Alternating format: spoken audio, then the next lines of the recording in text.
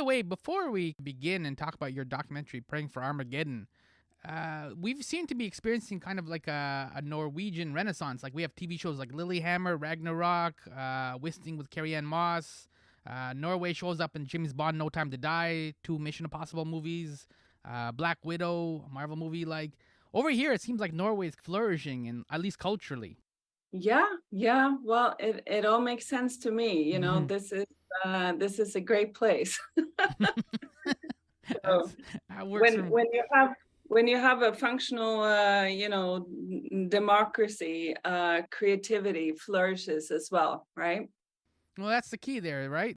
A functional democracy. So, if you're ready, that's a good way, I guess, to kind of segue into your documentary, Praying for Armageddon. Perfect.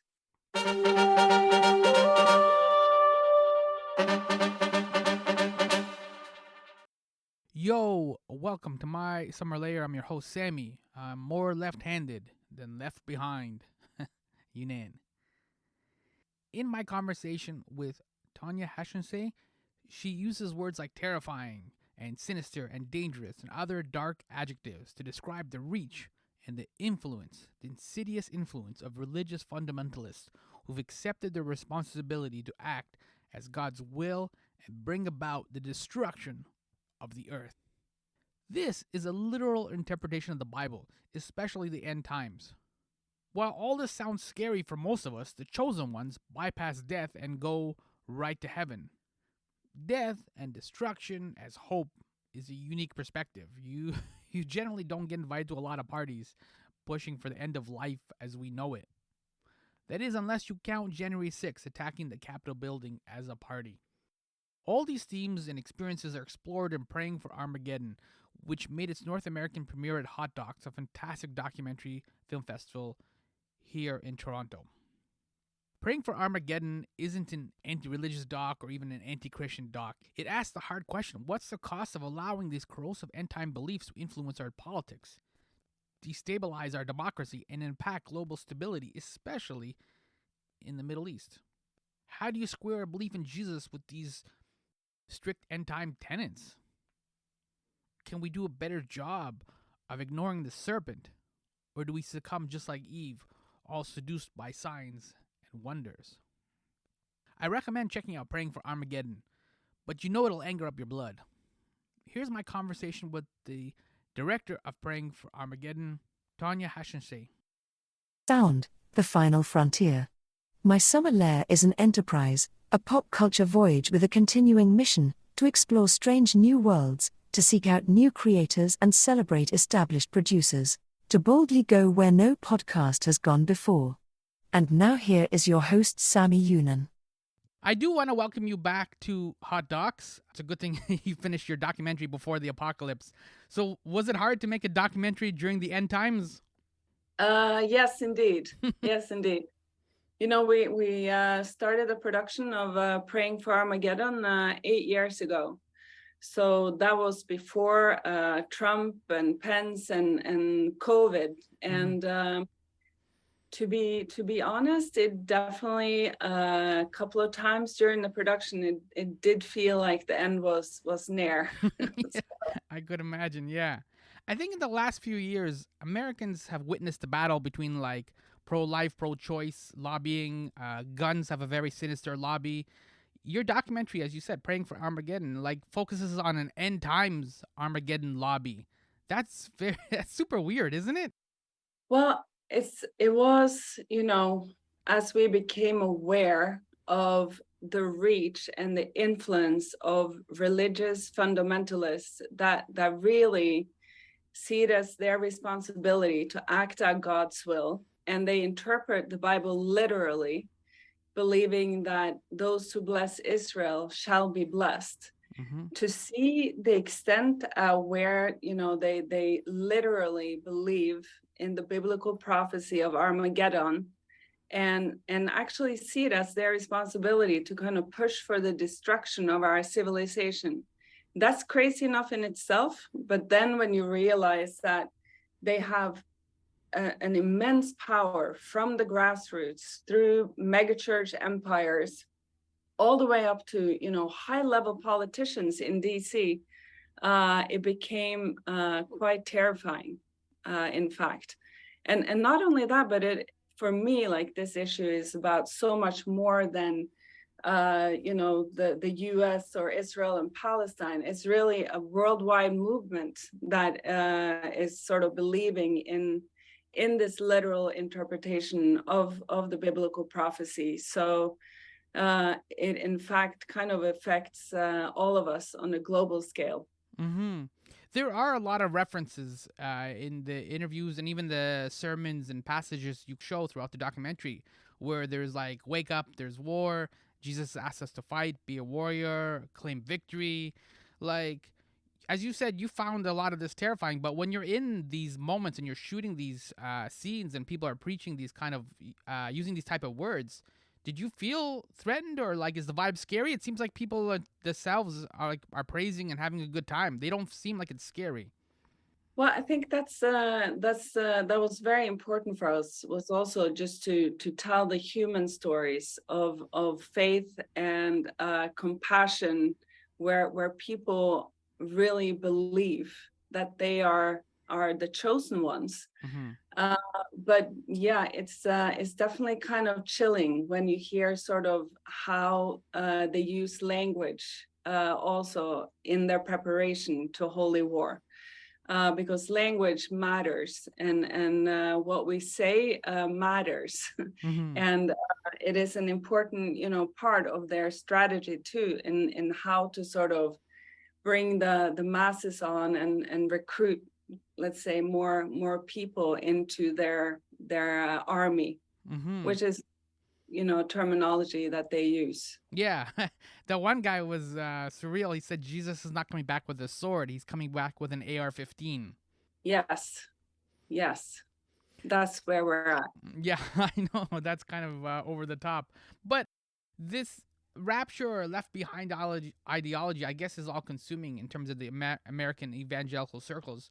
But did you also get to see examples or even moments of grace and love? Grace and love and even forgiveness are also core tenets of the Christian belief, right? It's not just that Jesus is coming back with an AR-15. It's grace and love. So did you get to see those examples as well? Or is it just Oh, kind of like all consuming? no, absolutely. And I just want to say that in no way am I against religion, and the film is also not like anti-religion, Mm-hmm. right?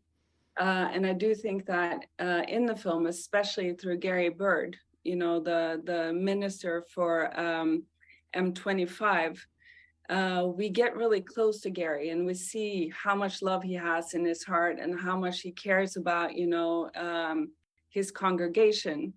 And also, I mean, there's something, that is in us as humans where we are kind of longing to belong Mm-hmm. in a group where we feel like we are the chosen ones, where we feel like we have the answer.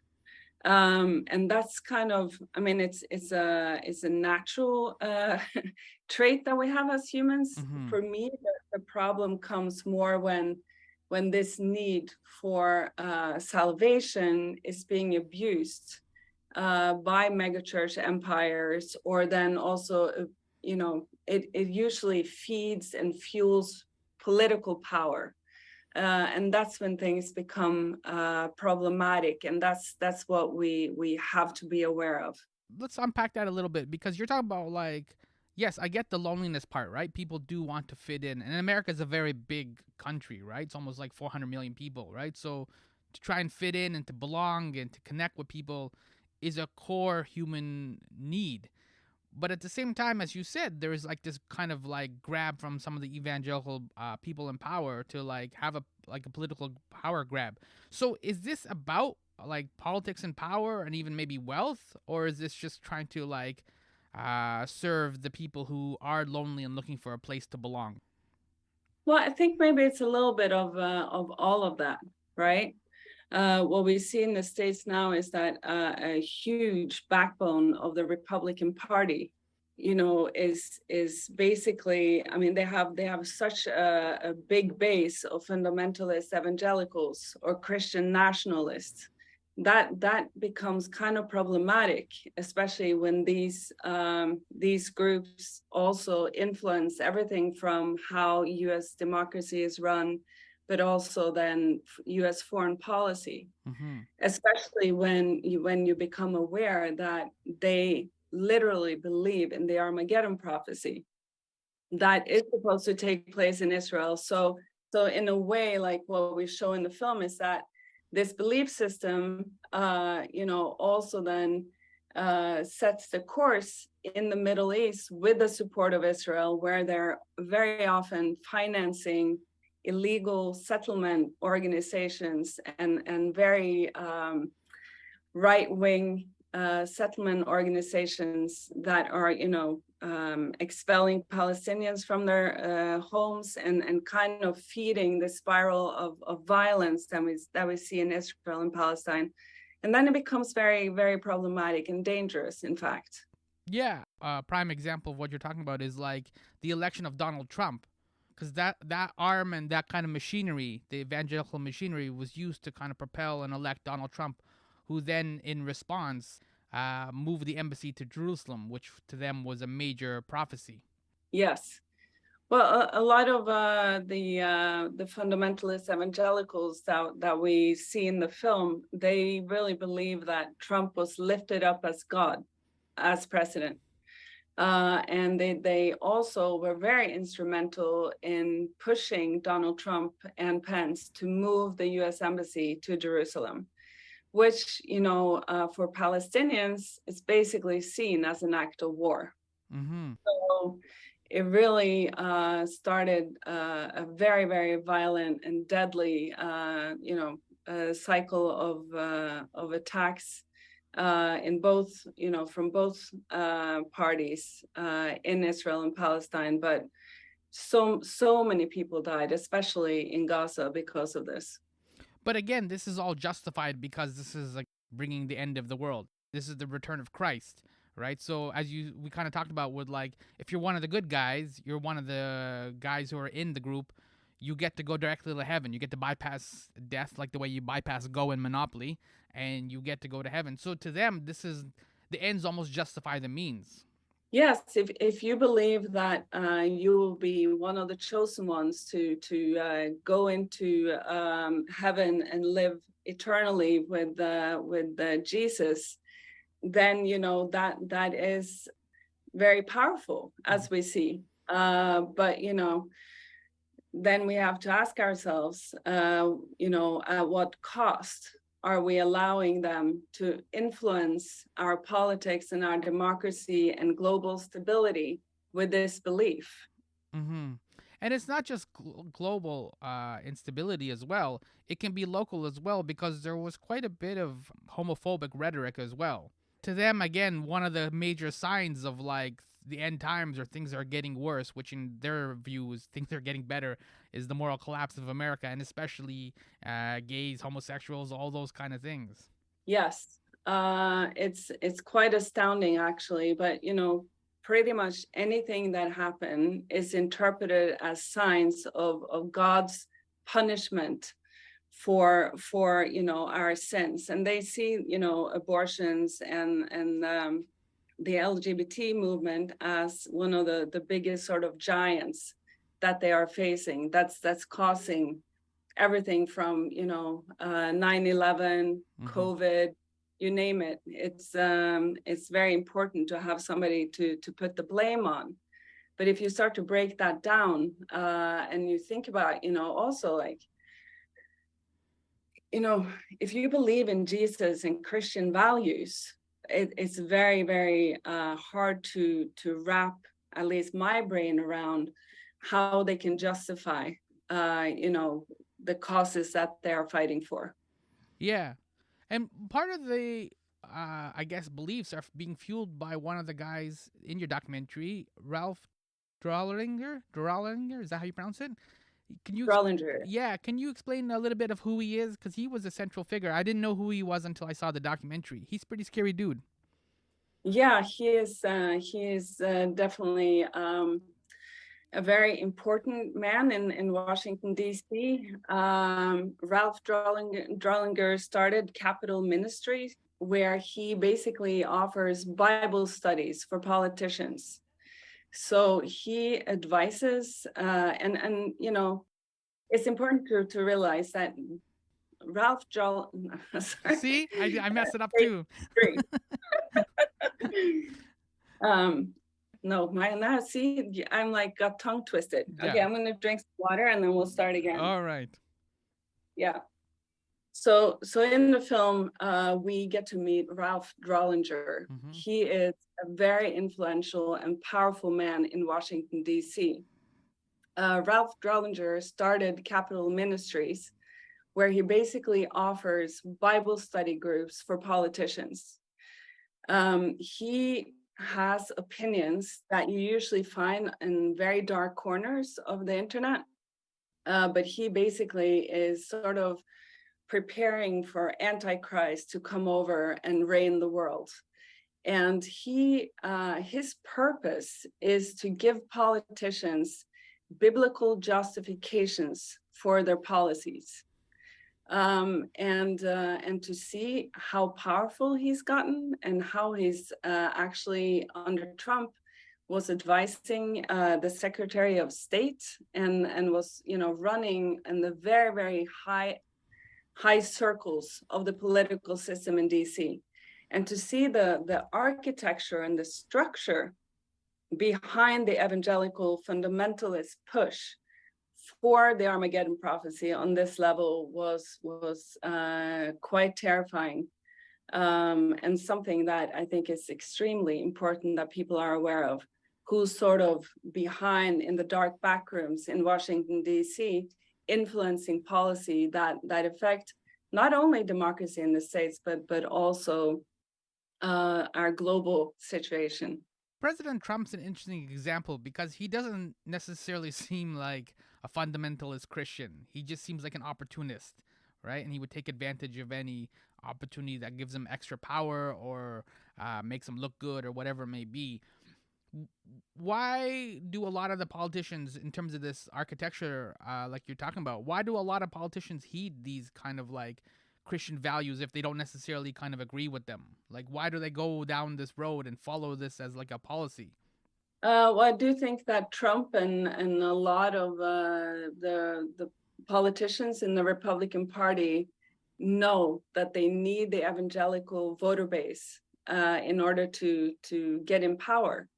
So John Hagee, who we cover extensively in the film, he is the leader of CUFI, which is the most powerful evangelical organization in the States and the most powerful pro-Israel organization in the States with 11 million members today.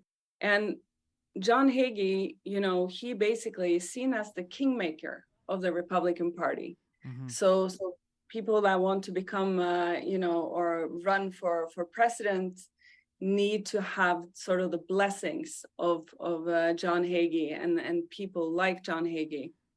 So they, you know, and that's also something that we have to take seriously. How do we also, in the evangelical community, create a bigger awareness of the fundamentalist forces that are sort of staring, you know, their Christianity or their faith in maybe a way that they also do not agree with, because most people, I think, do love this world and want for, you know, a more peaceful situation. Most people support democracies, and I think that a lot of them are not aware of the extent to or how far people like John Hagee is pushing things. Yeah, and that's why it's also interesting, too. Your documentary has an outspoken critic, Frank Schaeffer. Do you want to explain a little bit of who he is and how he kind of became like a critic of all these kind of policies and these kind of machinery? Yes, so Frank Schaeffer is a former evangelical pastor. He is the son of Francis Schaeffer, who was seen as one of the founders of the religious right movement in the States, definitely the founder of the pro-life movement. So when Frank was young, he was kind of seen as the prince of the evangelicals. He was flown around the States in private jets and did speeches for 20,000-30,000 people. He met with politicians in the White House. So he was kind of groomed to be one of the evangelical leaders. And then he's also an author and an artist, and he wrote a book that in his mind wasn't even very critical of the evangelicals, but they were very skeptical to his writing. And then he had like this sort of slow upwaking, or like he says, born again, but with a different sort of take on reality, and also seeing through some of these ways that the evangelicals were running things that made him question his faith. So when he started speaking out about the evangelicals and how they were, operating, he basically received a lot of death threats. He constantly, still to this day, receives a lot of threats. And he is a very important voice, because what Frank really talks to is the violent trends that you have in the evangelical movement, where people are, willing to, for example, storm the Capitol to make sure that the biblical prophecy is still being fulfilled.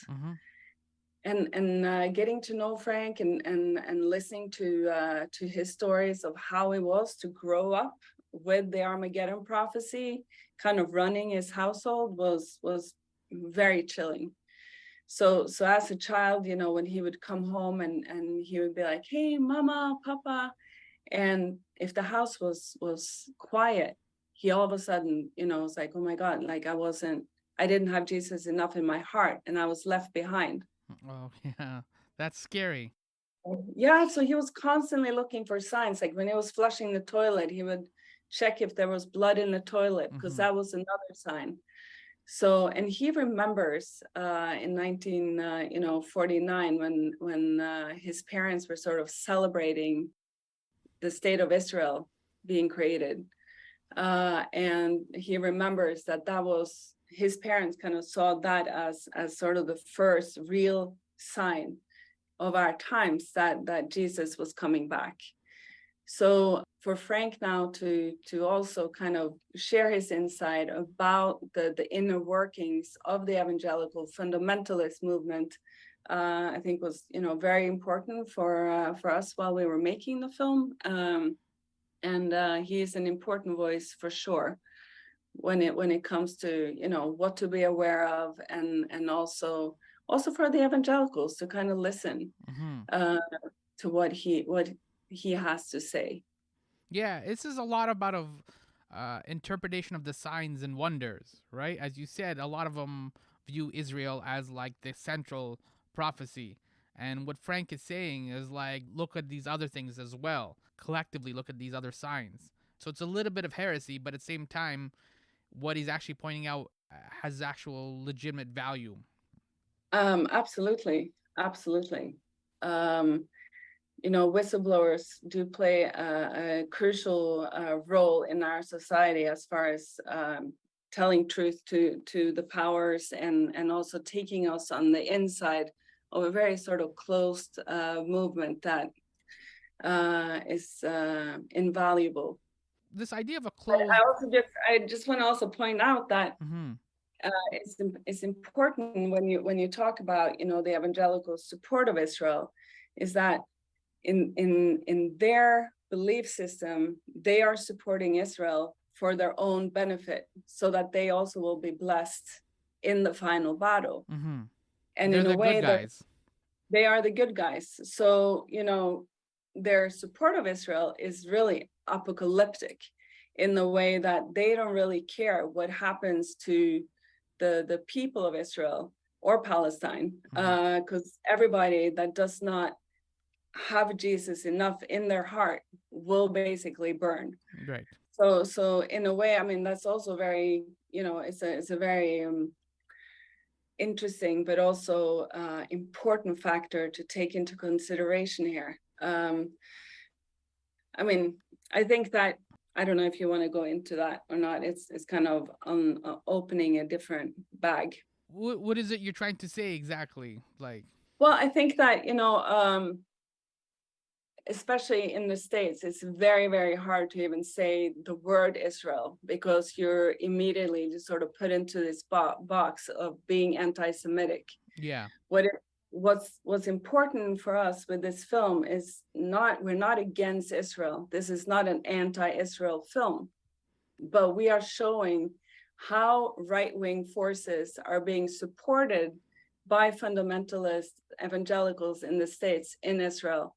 That's also increasing, the cycles of violence there.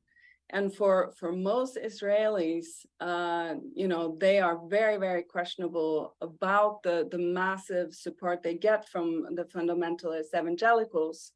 But there, it's also there in Israel. It's a very, very huge gap between politicians and the main population, like you have in the States. So, and it's also just seeing all the political crisis that's going on in Israel right now also, speaks to this fact. Yeah, so revealing some of these things in the documentary Praying for Armageddon, does this kind of parallel some of your previous work? Like Drone, for example, was about the secret drone program that the CIA was running. Like, is that your interest as a filmmaker, as a documentary filmmaker, kind of revealing some of these hidden machinery and things that are kind of operating in the shadows that do have an impact on our visible world? Yeah, most of my work looks at systems of power that shape the world that we live in. I also consider myself to be half American. I've lived in the States for 17 years. I'm married to an American, and the family also that I married into is sort of half fundamentalist evangelical and half American Jewish. So this issue Makes a lot of interesting dinner conversations. Absolutely, Yeah. absolutely. But this issue has sort of been kind of prevalent in for me in most of my adult life. And I also think that American politics and U.S. foreign policy, has a severe impact on the rest of the world. So yes, that's most of my films deal with be it the CIA drone warfare or artificial intelligence and the power of the tech companies. As we wrap up, driving all of this is the idea of hope. The apocalypse is coming, Jesus is coming, all these things. What's driving it ultimately is hope. But as you said, it's making a lot of mess in terms of Israel, in terms of human rights violations. People are being displaced, people are being hurt, people are being killed. Is there hope the other way as well, that we can somehow correct this or fix this, or is this machinery too large or too intimidating at this point? I believe in us humans, and for me, there is a lot of hope in creating awareness about what's going on in the world, so that people know about it. Because when we know about it, we also know that we can do something about it. And I also think that, as citizens in democracies, even if they're not really functioning, we do have a lot of power. And I think it's important then to be aware of what is going on. Also, that there is sort of an Armageddon lobby in the States that is pushing for the end of our civilization. I think it's a little known fact, is not talked about enough.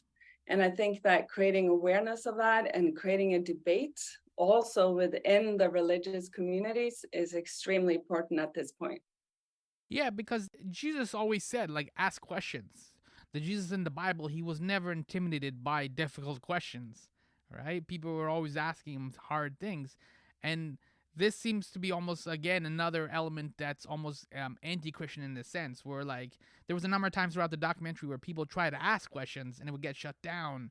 One guy at one point, one of the ushers, was like, "If you ask any questions, whatever, I'll report you to the FBI." Like it was a very harsh response to like just being curious, and so I think that's why this documentary is kind of important, because it restores a little bit of what Jesus was about in terms of like asking questions. Be willing to be curious, be willing to like maybe hold things not as tightly in terms of your beliefs and being a little bit loose with them, but also having the courage to ask good questions.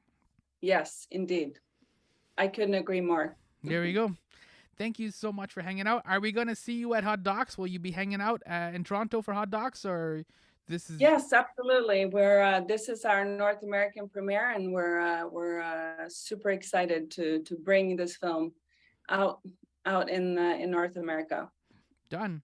Thank you so much for like hanging out. Well done on the documentary. It is a hard topic. There was a lot of hard scenes to kind of watch when you kind of show, especially the stuff that's happening in Israel and some of the displacement and things like that. But it's well done to you and the team. High five to everybody. Well, thank you so much. It was lovely to talk with you.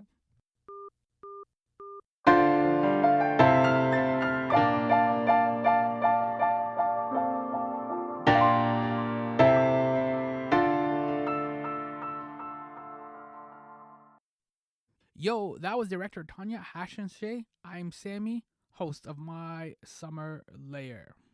I touched upon this at the end of this conversation. I appreciate the work Tonje and her crew did in crafting Praying for Armageddon. It's a difficult topic because many of the conversations we have now, unfortunately, they nuance. There's a legitimate concern when the topic is Israel that racist rhetoric will be reinforced. But there's just no value in blindly reacting to the word Israel. Like, we must treasure listening, not hearing, but listening to what an individual or documentary is saying. As Tonje correctly pointed out, it's human to want to belong, and if we can belong to the chosen people, then that's the tribe you sign up for, right? But at what cost? This is where things break down for me. I can't join or participate in any group that fundamentally believes the end times justifies the means. The book of Revelations is at the end of the Bible, which means skipping all the Gospels and Paul's letters to get to it. Yeah, see, I'm not comfortable with all that. Or you could say, I'm not enraptured with the cause. Oh man, I should put in some like rim shot here or something. This all makes me uncomfortable. It's like sleeping in an unmade bed. So, I don't know.